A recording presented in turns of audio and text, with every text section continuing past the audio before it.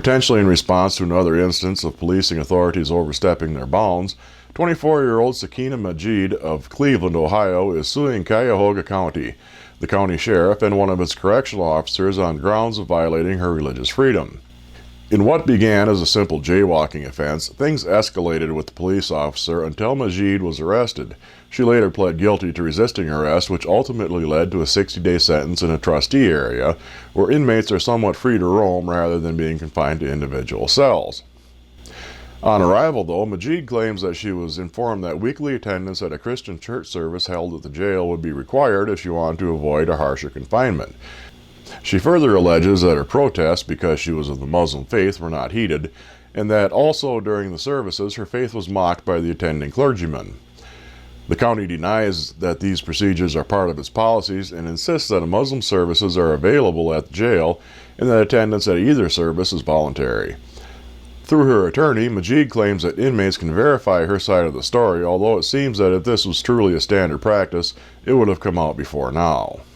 She is suing for unspecified damages, and while it seems unlikely that a large award would be involved, however, it will certainly serve as a warning to heavy-handed correctional systems if the verdict goes against the authorities. This may well be a case of one or two officials acting on their own without regard to institutional policies, but ultimately the facility, the sheriff, and the county are responsible for upholding inmates' constitutional rights. So-called anti-sodomy laws have largely fallen by the wayside in modern Western cultures. After failing to make such a law stick in Oregon in 1992, Scott Lively founded Abiding Truth Ministries in 1997, and concluding that America was a lost cause, toured several former Iron Curtain countries in hopes that the anti-gay sentiments would be more welcomed. He was subsequently invited to give his presentation in Uganda, where the message is said to have been served as an incitement to persecute LGBT people both informally and formally. In December of 2014, a new law entitled the Prohibition of Promotion of Unnatural Sexual Practices Bill 2014 has been introduced before the Ugandan Parliament after an earlier Anti-Homosexuality Act of 2014 was struck down by the Constitutional Court of Uganda on technical grounds. An earlier law was most controversial in that it had a provision for the death penalty for repeat offenders. The new law softens the language a bit, but it also casts a wider net that would impact the entire LGBT segment of the population, making even public meetings of people in the category illegal and prohibiting government services such as health care and housing assistance to them. Lively is said by many Ugandans to be one of the primary instigators of the earlier law, and some of them have taken them to court in the U.S. under provisions of the Alien Tort Statute, which gives aliens to the United States the ability to file civil suits in U.S. district courts. Lively is being sued by the Ugandan human rights organization Sexual Minorities Uganda, with support from the Center for Constitutional Rights. Quoting the CCR website, "This is the first known alien tort statute case seeking accountability for persecution on the basis of sexual orientation and gender identity. The United States Supreme Court has affirmed the use of the ATS as a remedy for serious violations of international law and norms, which are widely accepted and clearly defined.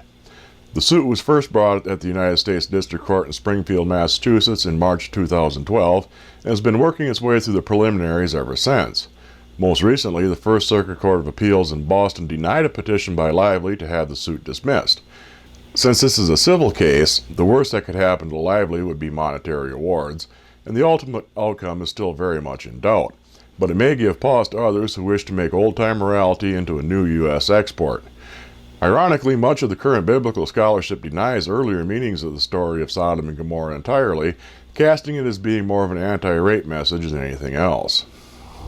I pray that you will commit suicide, you filthy child-molesting fag." These words were written in an email response from one New Zealand Christian to another. West City Bible Baptist Church pastor Logan Robertson was responding to a recently outed gay man, Jim Marjoram, a lifelong Christian who has written a book about his struggle to reconcile who he is with what he believes. In an interview Robertson gave after his email was made public on social media, the pastor doubled down, saying he believes the government has a responsibility to exterminate homosexuals. The Baptist of New Zealand's leadership officially disavowed Pastor Robertson's position, saying we cannot and never would endorse his comments. Robertson claims that since his email was made public that he and his family have received death threats, about which Majoram says, "The guy is deceived in a Fruit Loop, but he doesn't deserve the same type of treatment."